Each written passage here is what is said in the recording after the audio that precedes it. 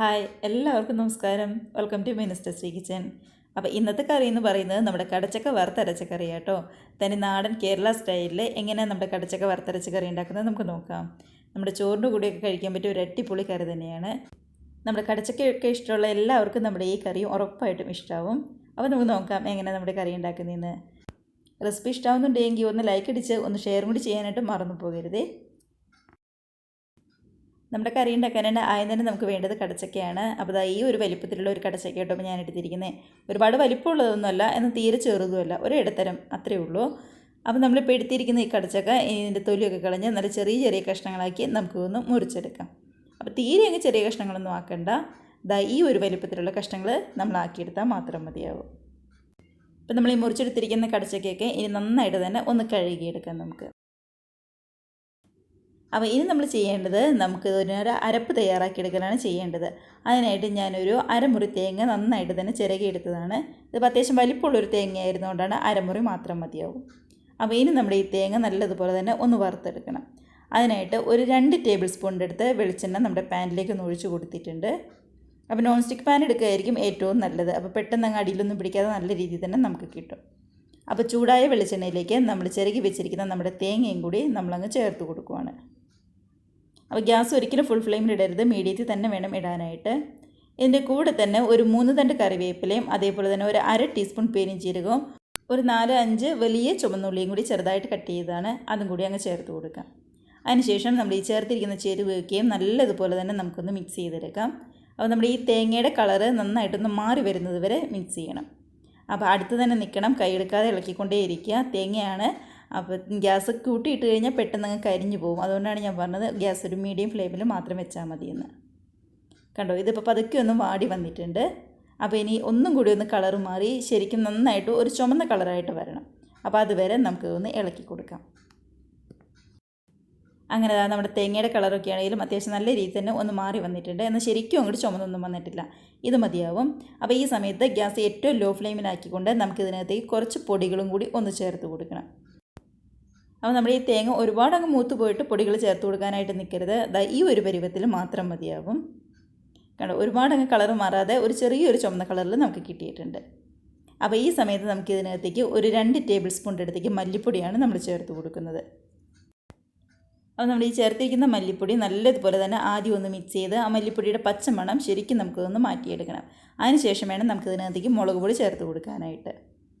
പതുക്കെ ഒന്ന് മാറി വന്നപ്പോൾ നമ്മുടെ പച്ചമണം പതുക്കെ ഒന്ന് മാറി വന്നപ്പോൾ ഒരു 1.5 ടേബിൾ സ്പൂണിൻ്റെ അടുത്തേക്ക് നമ്മുടെ മുളക് പൊടിയും കൂടി ചേർത്ത് കൊടുത്തിട്ടുണ്ട്. അപ്പോൾ മുളക് പൊടി ചേർക്കുമ്പോൾ എരിവ് നോക്കിയിട്ട് വേണം നമ്മൾ ചേർത്ത് കൊടുക്കാനായിട്ട്.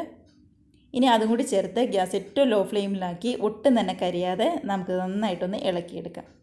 അപ്പോൾ പൊടികളും കൂടി ചേർത്ത് കഴിയുമ്പോൾ നമ്മുടെ ഇതിൻ്റെ കളറ് ആകെ തന്നെ അങ്ങ് മാറിപ്പോകും. കണ്ടത് ഇപ്പോൾ കാണുമ്പോൾ തന്നെ അറിയാൻ പറ്റും നന്നായിട്ട് തന്നെ ചുമന്ന് ശരിക്കും നമ്മുടെ മല്ലിപ്പൊടി മുളക് പൊടിയൊക്കെ നന്നായിട്ടൊന്ന് പിടിച്ച് ആ തേങ്ങയുടെ കളറൊക്കെ ആണെങ്കിൽ നന്നായിട്ട് തന്നെ ഒന്ന് മാറി വന്നിട്ടുണ്ട്. അപ്പോൾ ഇതാണ് കറക്റ്റുള്ള പരിവെന്ന് പറയുന്നത്. അപ്പോൾ നമുക്ക് ഗ്യാസ് ഓഫ് ചെയ്യാം. ഇനിയിപ്പോൾ നമ്മൾ ഗ്യാസ് ഓഫ് ചെയ്ത് നല്ലതുപോലെ തണുത്ത് വരുമ്പോൾ ഒരു മിക്സിയുടെ ജാറിലേക്ക് മാറ്റി നമുക്ക് നന്നായിട്ട് തന്നെ ഒന്ന് അരച്ചെടുക്കാം. അപ്പോൾ അരച്ചെടുക്കുമ്പോൾ കഴിയുന്നതും വെള്ളം ചേർക്കാതിരിക്കുക. ഇനി ഒട്ടും തന്നെ അരയുന്നില്ല എന്നുണ്ടെങ്കിൽ മാത്രം ഒരു 2 ടേബിൾ സ്പൂൺ വെള്ളം മാത്രം ചേർത്ത് അരച്ചെടുത്താൽ മതിയാവും. ഇനിയിപ്പോൾ നമുക്ക് കറി ഉണ്ടാക്കാനായിട്ട് തുടങ്ങാം. അതിനായിട്ട് നമ്മൾ നേരത്തെ കഴുകി വെച്ചിരുന്ന നമ്മുടെ കടച്ചക്ക ഏത് പാത്രത്തിലാണോ കറി ഉണ്ടാക്കുന്നത് അതിനകത്തേക്ക് നമുക്കങ്ങ് മാറ്റി കൊടുക്കാം. അതിൻ്റെ കൂടെ തന്നെ ഒരു 2 തണ്ട് കറിവേപ്പിലയും കൂടി നമുക്ക് ചേർത്ത് കൊടുക്കാം. ഇനിയിപ്പോൾ പച്ചമുളകാണ് നമ്മൾ ചേർത്ത് കൊടുക്കുന്നത്. ഇപ്പോൾ നല്ല എരിവുള്ള പച്ചമുളക് ആയതുകൊണ്ട് ഒരു 3 പച്ചമുളക് ഞാൻ എടുത്തിട്ടുണ്ട്. അതും 2ആയിട്ട് കീറി നമുക്കിതിനകത്തേക്ക് ചേർത്ത് കൊടുക്കാം. കൂടെ തന്നെ ഒരു 1/2 ടീസ്പൂണിൻ്റെ അടുത്തേക്ക് മഞ്ഞൾപ്പൊടിയും കൂടി നമ്മുടെ ഈ കടച്ചക്കയിലേക്ക് നമ്മൾ ചേർത്ത് കൊടുക്കുന്നുണ്ട്. അപ്പോൾ ഇനി നമുക്ക് നന്നായിട്ടൊന്ന് വേവിച്ചെടുക്കലാണ് ചെയ്യേണ്ടത്. അപ്പോൾ അതിനായിട്ട് നമ്മൾ നേരത്തെ അരച്ച് വെച്ചിരിക്കുന്ന അരപ്പിന്ന് നമ്മുടെ തേങ്ങ അരപ്പിന്ന് നേർപകുതി എടുത്ത് ആവശ്യത്തിന് വെള്ളം ചേർത്ത് നമ്മുടെ ഈ കടച്ചക്കയിലേക്ക് നമുക്ക് ഒഴിച്ച് കൊടുക്കാം. അപ്പോൾ പകുതി മാത്രം അരപ്പെടുത്ത് വെള്ളം ചേർത്താൽ മതി. ബാക്കി പകുതി നന്നായിട്ട് വെന്ത് നമ്മുടെ ഈ ഗ്രേവി നന്നായിട്ടൊന്ന് കുറുകി വന്നതിന് ശേഷം ഒന്നും കൂടി നമുക്ക് ഒഴിച്ച് കൊടുക്കാനുള്ളതാണ്. അല്ല, നമ്മൾ ആദ്യം തന്നെ ഒരുമിച്ച് വെള്ളം ഒഴിച്ച് കൊടുക്കുകയാണെങ്കിൽ ആകെ അങ്ങ് കുറുകിപ്പോകും, പിന്നെ ഒട്ടും തന്നെ ചാറ് നമുക്ക് കറിക്കുണ്ടാവില്ല. അതുകൊണ്ടാണ് നേർപകുതി എടുത്ത് വെള്ളം ചേർത്ത് നമ്മൾ ഒഴിച്ച് കൊടുക്കുന്നത്. അതായത് നമ്മുടെ കടച്ചക്കയിൽ ഒപ്പം നിൽക്കാൻ പാകത്തിനുള്ള വെള്ളം മാത്രമേ ചേർത്തിട്ടുള്ളൂ. ഇനി ഇതിലേക്ക് ആവശ്യത്തിന് ഉപ്പും കൂടി ചേർത്ത് നന്നായിട്ടൊന്ന് മിക്സാക്കി ഇനി നന്നായിട്ട് തിളപ്പിച്ച് ഇതൊന്ന് വേവാനായിട്ട് മാറ്റി വയ്ക്കാം. നമ്മൾ കടച്ചക്ക സാധാരണ പച്ചവെള്ളം ഒഴിച്ച് വേവിക്കുന്നതിനേക്കാളും നല്ല ടേസ്റ്റ് ഉണ്ടാവും ഇങ്ങനെ പകുതി അരപ്പോട് കൂടി വേവിക്കുമ്പോൾ. അപ്പോഴായിരിക്കും ആ കടച്ചക്കയിലേക്കാണെങ്കിലും ആ അരപ്പ് നല്ലതുപോലെ ഒന്ന് പിടിച്ച് ചെല്ലുക.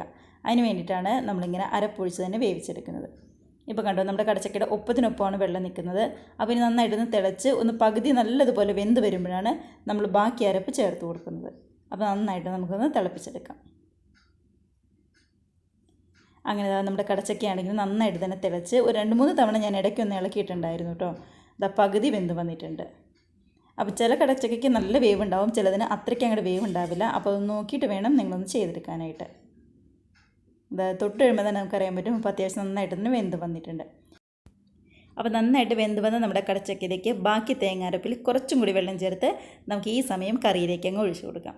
അപ്പോൾ ഈ സമയം വേണം നമ്മുടെ കറിക്ക് എന്തോരം ചാറ് വേണം, അല്ല കുറച്ച് ഗ്രേവി മതിയോ എന്നൊക്കെ നമുക്ക് തീരുമാനിക്കാനായിട്ട്. കുറച്ചും കൂടി ഗ്രേവി വേണമെന്നുണ്ടെങ്കിൽ ഈ സമയത്ത് നമ്മുടെ തേങ്ങാരപ്പിലേക്ക് കുറച്ച് അധികം തന്നെ വെള്ളം ചേർക്കാം. അല്ല കുറുക്കിയാണ് എടുക്കുന്നതെങ്കിൽ കുറച്ച് വെള്ളം ചേർത്ത് തിളപ്പിച്ചെടുത്താൽ മാത്രം മതി. അങ്ങനെ നന്നായിട്ട് തിളച്ച് ശരിക്കും ഒന്ന് കുറുക്കി വന്ന നമ്മുടെ കറിയിലേക്ക് ഏറ്റവും ലാസ്റ്റായിട്ട് ഒരു 1/2 ടീസ്പൂൺ എടുത്ത് ഗരം മസാലയും കൂടി നമുക്ക് ചേർത്ത് കൊടുക്കുന്നുണ്ട്. അതും കൂടി ചേർത്ത് ഒന്ന് മിക്സാക്കി നമുക്ക് ഗ്യാസ് ഓഫ് ചെയ്യാം. അപ്പോൾ അത് ഇത്രയേ ഉള്ളൂ നമ്മുടെ കറി എന്ന് പറയുന്നത്. ഇനി ഇതിനകത്തേക്ക് ഒരു ചെറിയൊരു താളിപ്പും കൂടി ഒന്ന് ചേർത്ത് കൊടുത്താൽ മതിയാവും. നന്നായിട്ട് മിക്സാക്കി നമ്മൾ ഗ്യാസ് ഓഫ് ചെയ്യുകയാണ്. ഇനിയിപ്പോൾ താളിപ്പിനായിട്ട് ചൂടായ പാനിലേക്ക് ഒരു 3 ടേബിൾ സ്പൂൺ വെളിച്ചെണ്ണ ചേർത്ത് കൊടുക്കുന്നുണ്ട്. വെളിച്ചെണ്ണ നല്ലതുപോലെ തന്നെ ചൂടായി വരുമ്പോൾ ഒരു 1/2 ടീസ്പൂണിൻ്റെ അടുത്തേക്ക് കടുകും കൂടി നമുക്ക് ചേർത്ത് കൊടുക്കാം. അപ്പോൾ താളിപ്പൊക്കെ എപ്പോഴും ചെയ്യുമ്പോൾ വെളിച്ചെണ്ണ ചെയ്യുന്നതായിരിക്കും കേട്ടോ ഏറ്റവും നല്ലത്. ഇനി ഇതിലേക്ക് ഒരു കുറച്ച് ചുമന്നുള്ളിയും അതേപോലെ തന്നെ 2-3 തണ്ട് വറ്റൽമുളകും 2 തണ്ട് കറിവേപ്പിലയും കൂടി ചേർത്ത് കൊടുക്കാം. അപ്പോൾ ഇതൊന്നും കരിഞ്ഞു പോകാതെ ഗ്യാസ് ഏറ്റവും ലോ ഫ്ലെയിമിലിട്ട് നന്നായിട്ട് തന്നെ നമ്മുടെ ഉള്ളിയും അതേപോലെ തന്നെ കറിവേപ്പിലയൊക്കെ നന്നായിട്ടൊന്ന് വഴന്ന് വരട്ടെ. ഇപ്പോൾ ഇത് ഒട്ടും തന്നെ കരിയാതെ കളറൊക്കെ നന്നായിട്ട് മാറി വന്നിട്ടുണ്ട്. അപ്പോൾ ഈ സമയത്ത് നമ്മുടെ കടച്ചക്ക കറിയിലേക്ക് നമുക്ക് നമ്മുടെ താളിപ്പ് ഒഴിച്ചു കൊടുക്കാം. അപ്പോൾ ഇത്രയേ ഉള്ളൂ. ഇനി നന്നായിട്ടൊന്ന് മിക്സാക്കി ഒരു 5 മിനിറ്റ് നന്നായിട്ട് തന്നെ ഇതൊന്ന് മൂടി വയ്ക്കണം. അപ്പോൾ നമ്മുടെ താളിപ്പിൻ്റെ മണമൊക്കെ പുറത്തേക്ക് പോകാതിരിക്കാൻ വേണ്ടിയിട്ടാണ്. നമ്മുടെ കടച്ചക്കയൊക്കെ കൈ കിട്ടുന്ന സമയത്ത് എല്ലാവരും ഇതേപോലെ ഒരു തവണ ഇങ്ങനെ ട്രൈ ചെയ്ത് നോക്കുക. അപ്പോൾ നല്ല ചൂട് ചോറിൻ്റെ കൂടെ കഴിക്കാനായിട്ട് ഏറ്റവും നല്ല അടിപൊളി കറിയാണ്. ട്രൈ ചെയ്ത് നോക്കി മറക്കാതെ കമൻസൊക്കെ അറിയിക്കുക. അതേപോലെ തന്നെ ആദ്യമായിട്ട് വീഡിയോ കാണുന്നവർ ആരെങ്കിലും ഉണ്ടെങ്കിൽ വീഡിയോ ഇഷ്ടമായിട്ടുണ്ടെങ്കിൽ ഒന്ന് സബ്സ്ക്രൈബ് ചെയ്തും കൂടി നമ്മുടെ ചാനൽ സപ്പോർട്ട് ചെയ്യണം കേട്ടോ. അപ്പോൾ നമുക്ക് ഇതേപോലുള്ള പുതിയ വീഡിയോസിൻ്റെ റെസിപ്പീസൊക്കെ ആയിട്ട് വീണ്ടും കാണാം. അതുവരെ എല്ലാവർക്കും ബൈ.